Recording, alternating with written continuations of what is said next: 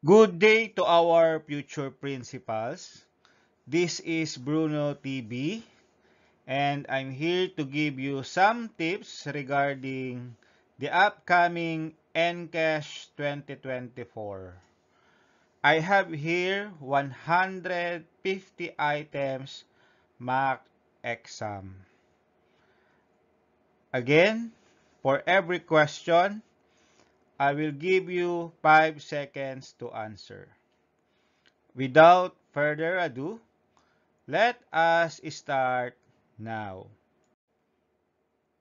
For question number 1, in Muslim countries, UNESCO's main thrust is letter A, education of women and girls. Letter C, education for human rights. Letter B, education for the future. Letter D, education for citizens. Your timer starts now. 5, 4, 3, 2, 1. Time is up. The correct answer is letter A, education of women and girls. For question number 2, the provision of academic freedom is applicable for teacher in letter A, all levels.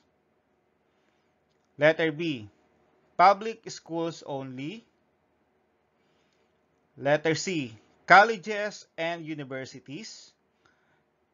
Letter D, TESDA supervised schools. Your timer starts now. 5, 4, 3, 2, 1. Time is up. The correct answer is letter A, all levels. Before we proceed to our next question, don't forget to subscribe Bruno TV. Our next video is the continuation of 150 items mock exam. Thank you. For question number 3, which of the following duties is mandatory? Letter A, act promptly on request within 45 working days. Letter B, answer letters within 15 days upon receipt. Letter C, process documents expeditiously. Letter D, all of the above. Your timer starts now. 5, 4, 3, 2, 1. Time is up.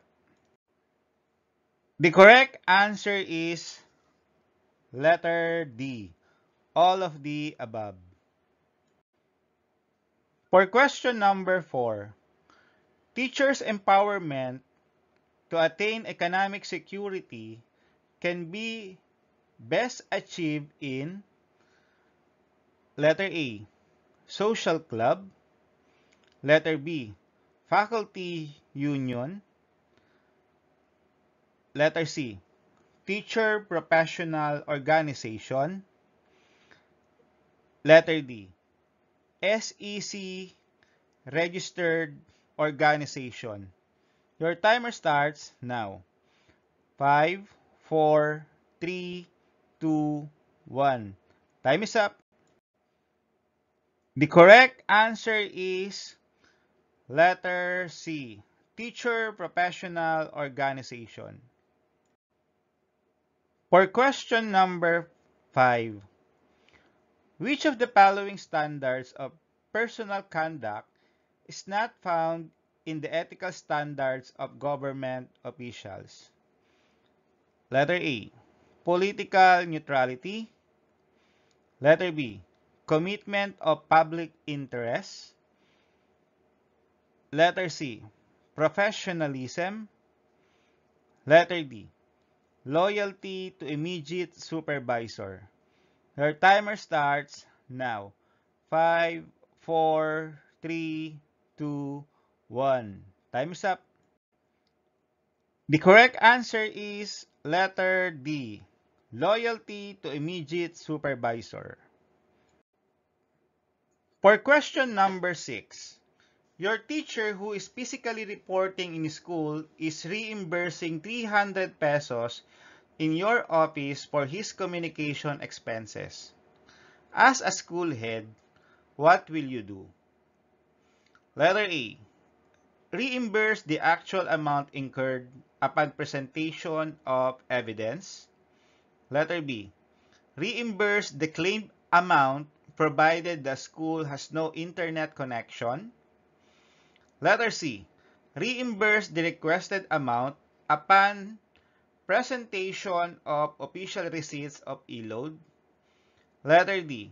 Reimburse the claimed amount since it's mandated in debted order. Your timer starts now. 5, 4, 3, 2, 1. Time is up. The correct answer is letter B. Reimburse the claimed amount provided the school has no internet connection. For question number 7, as a school head, the following are the effective measures that can result to high promotion rate in school, except for one. Which could it be? Letter A.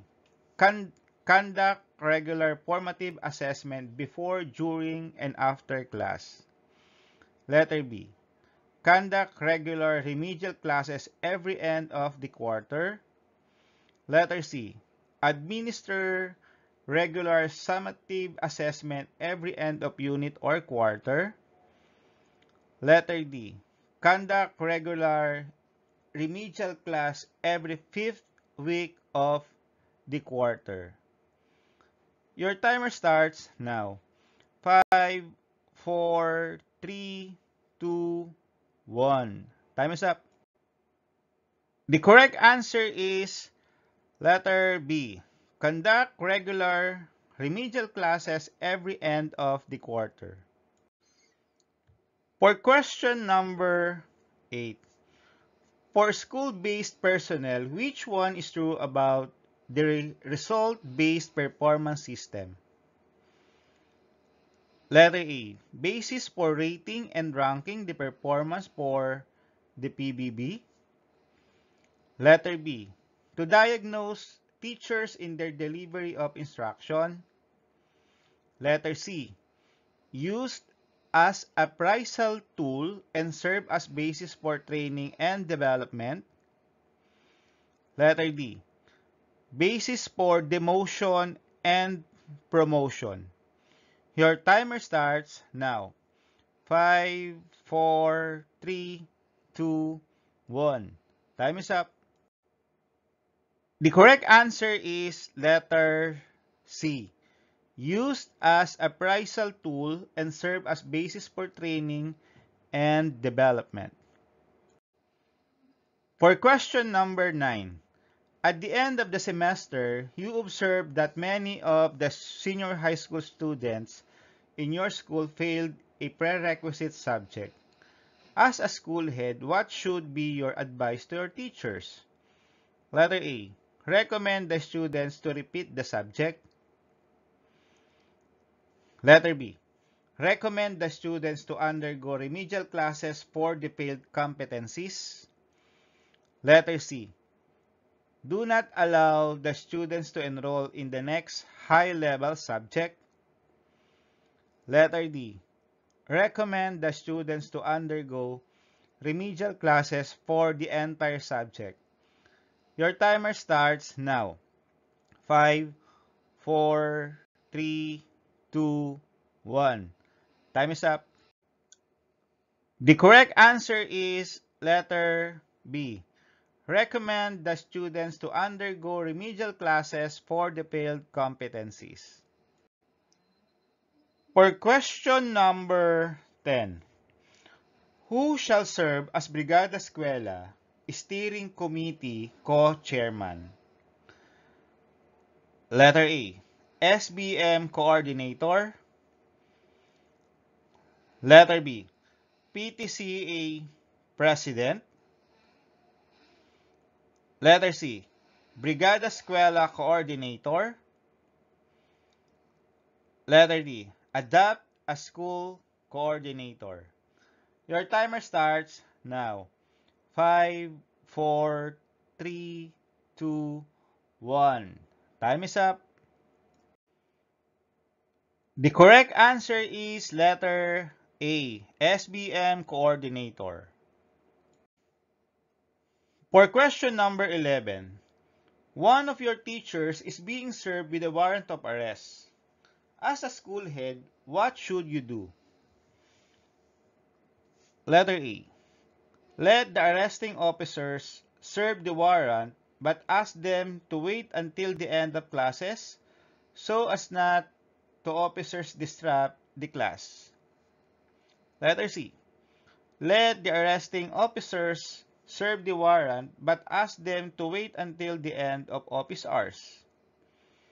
Letter B, let the arresting officers serve the warrant but ask them to wait inside the gate so as not to traumatize the students.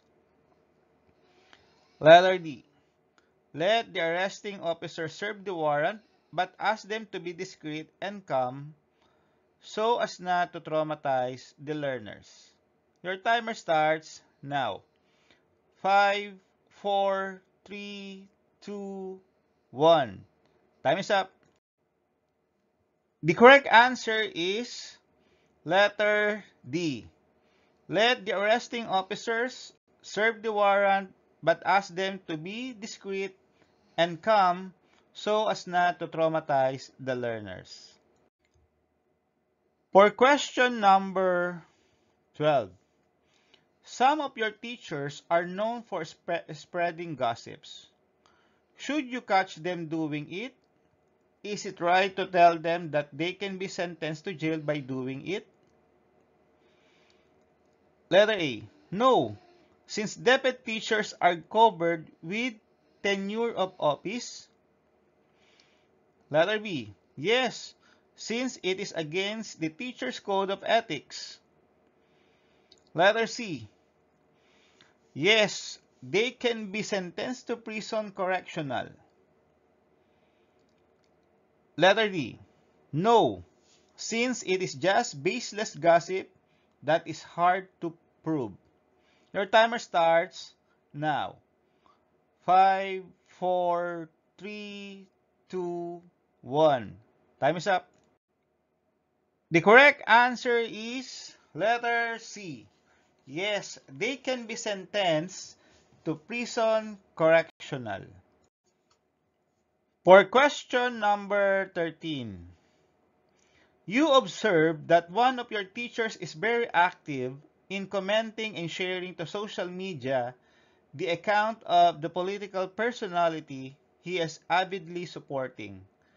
As a school head, what should you do? Letter A, just let the teacher continue sharing and commenting since these are not prohibited electioneering acts. Letter B, tell him to stop sharing and commenting since teachers should not be involved in any political issues. Letter C, just let the teacher continue sharing and commenting since these are the trends. Letter D, tell him to stop sharing and commenting since teachers should be non-partisan. Your timer starts now. 5, 4, 3, 2, 1. Time is up. The correct answer is letter A. Just let the teacher continue sharing and commenting since these are not prohibited electioneering acts. For question number 14, as a newly installed school head, you wanted to assess your teacher's prior knowledge of formative assessments. Among the 4 teachers you interviewed, who does not have a correct understanding of formative assessment? Letter A. Formative assessments provide teachers with evidence on how to adjust their instructions. Letter B. Formative assessments provide learners opportunities to reflect on their own learning. Letter C. Formative assessments should not be graded. Letter D. Formative assessments should not be recorded. Your timer starts now. 5, 4, 3, 2, 1.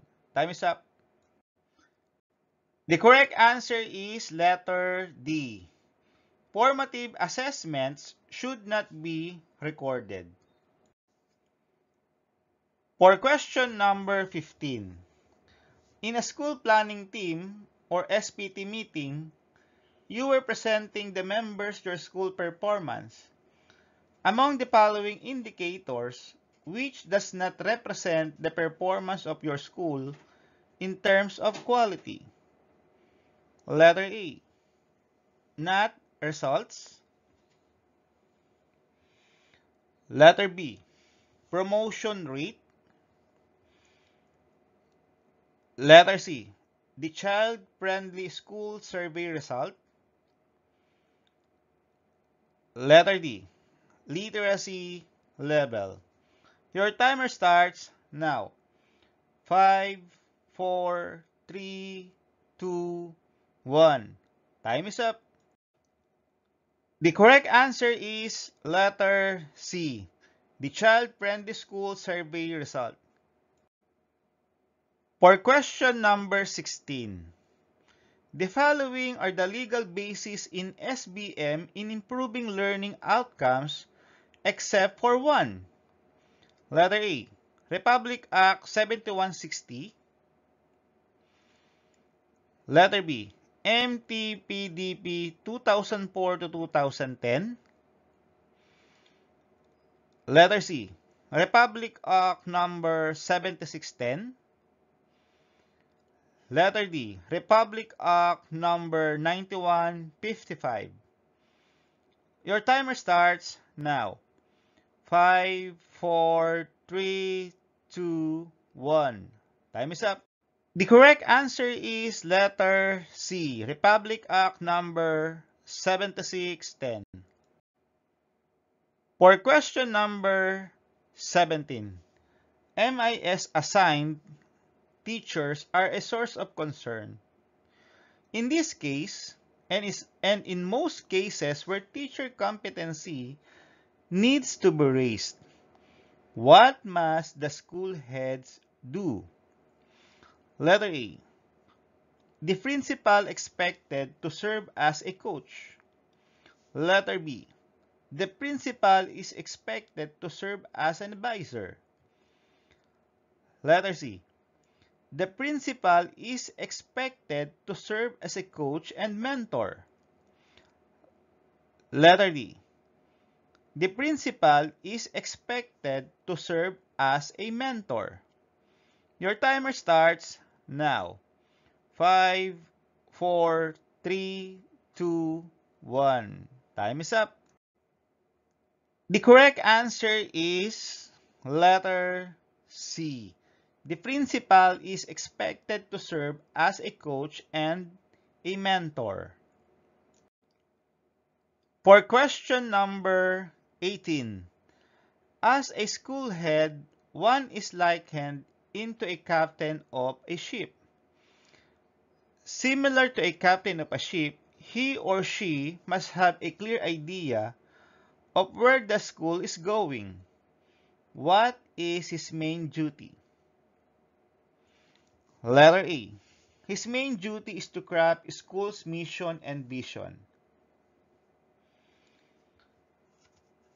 Letter B.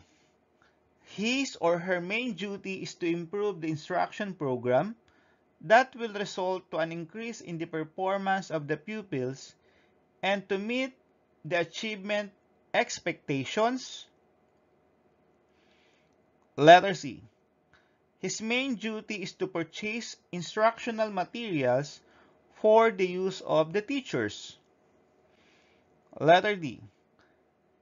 His main duty is to motivate and encourage the teachers to their increase. Your timer starts now. 5, 4, 3, 2, 1. Time is up. The correct answer is letter B. His or her main duty is to improve the instruction program that will result to an increase in the performance of the pupils and to meet the achievement expectations. For question number 19. In a clinical supervision context, the supervisor is most likely to: letter A. Use a teacher's self-assessment of his or her needs to guide decisions about appropriate experiences. Letter B. Create opportunities for a teacher to learn and grow in a collaborative team context. Letter C. Use observation and analysis to provide with feedback on aspects of performance needing improvement. Letter D. Focus on motivation or other personal issues that are affecting a teacher effectiveness. Your timer starts now. 5, 4, 3, 2, 1. Time is up. The correct answer is letter C. Use observation and analysis to improve with feedback on aspects of performance needing improvement. For question number 20. A school with significant funding and severe shortage of highly quality technological tools wants to increase its access to technological resources for teaching and learning. The school leadership can best promote achievement of this goal by taking which of the following actions first? Letter A.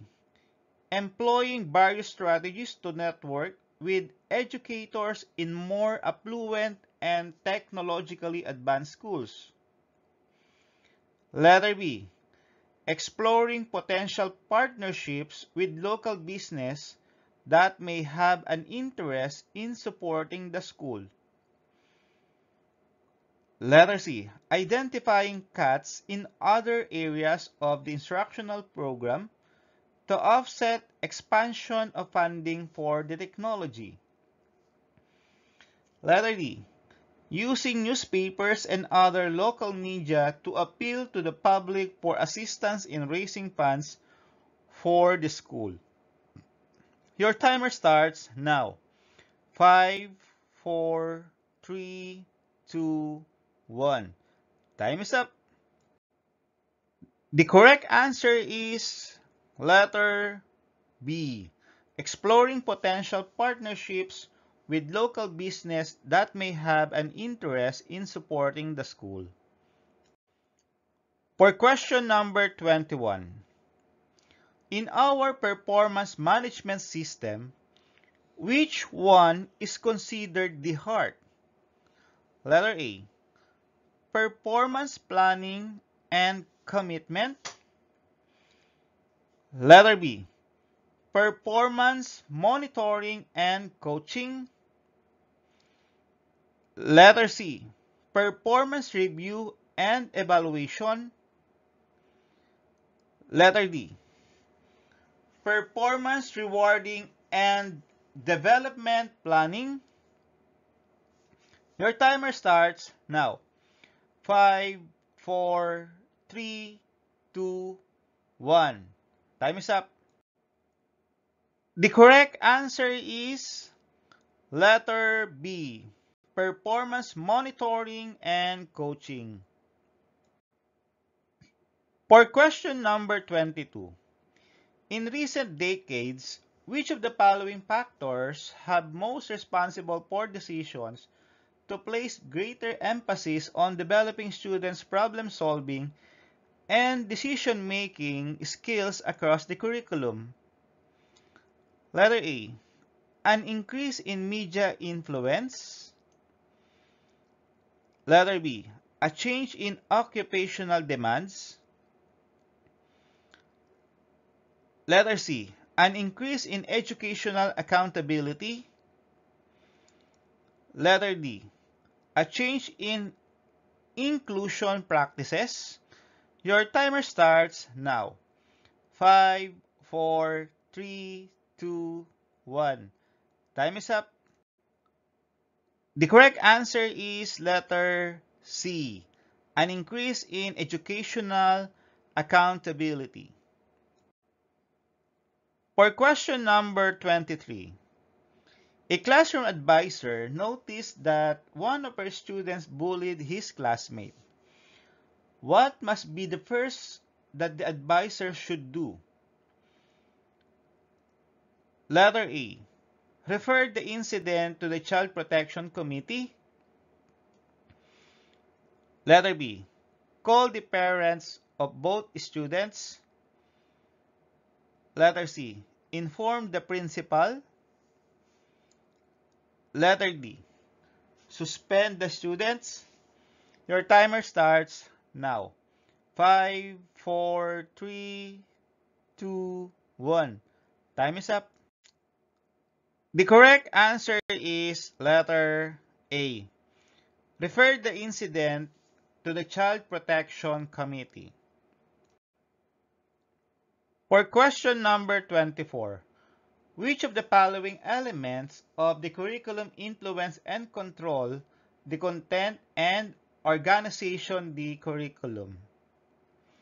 Letter A, curriculum content. Letter C, curriculum foundation. Letter B, curriculum evaluation. Letter D, curriculum design. Your timer starts now. 5, 4, 3, 2, 1. Time is up. The correct answer is letter A, curriculum content. For question number 25, the principal of Don Pablo Lorenzo MHS acquired funds for the rubberization of its athletic oval. What is the standard length of an athletic oval? Letter A, 200 meters. Letter B, 800 meters. Letter C, 400 meters. Letter D, 1,200 meters. Your timer starts now. 5, 4, 3, 2, 1. Time is up. The correct answer is letter C, 400 meters. This act declares that sexual harassment is unlawful in the employment, education, or training environment and for other purpose. Letter A, Republic Act number 7877. Letter B, Republic Act number 8187. Letter C, Republic Act number 6725. Letter D, Republic Act number 8190. Your timer starts now. 5, 4, 3, 2, 1. Time is up. The correct answer is letter A, Republic Act number 7877. For question number 27, Mr. Y is the newly installed principal of Lingap National High School. On his third week as a school principal, The PTA president came to his office with a letter of petition towards a master teacher in English. Unfortunately, he was caught unaware of the existing problem of the school. What element of the management crisis is shown? Letter A, threat. Letter C, urgency. Letter B, surprise. Letter D, decision. Your timer starts now. 5, 4, 3, 2, 1. Time is up. The correct answer is letter B, surprise. For question number 28, in which of the following DepEd order is known as the Merit Selection Plan of DepEd? Letter A, DepEd Order number 29 series of 2002. Letter C, DepEd Order number 29 series of 2003. Letter B, DepEd Order number 39 series of 2002. Letter D, DepEd Order number 39 series of 2003. Your timer starts now. 5, 4, 3, 2, 1. Time is up. The correct answer is letter A, DepEd Order number 29 series of 2002. For question number 29, what is being referred to when we say accumulation or sum of all values, cultures, safety practices, and organizational structures? Letter A, school leadership. Letter B, school management. Letter C, school supervision. Letter D, school climate. Your timer starts now.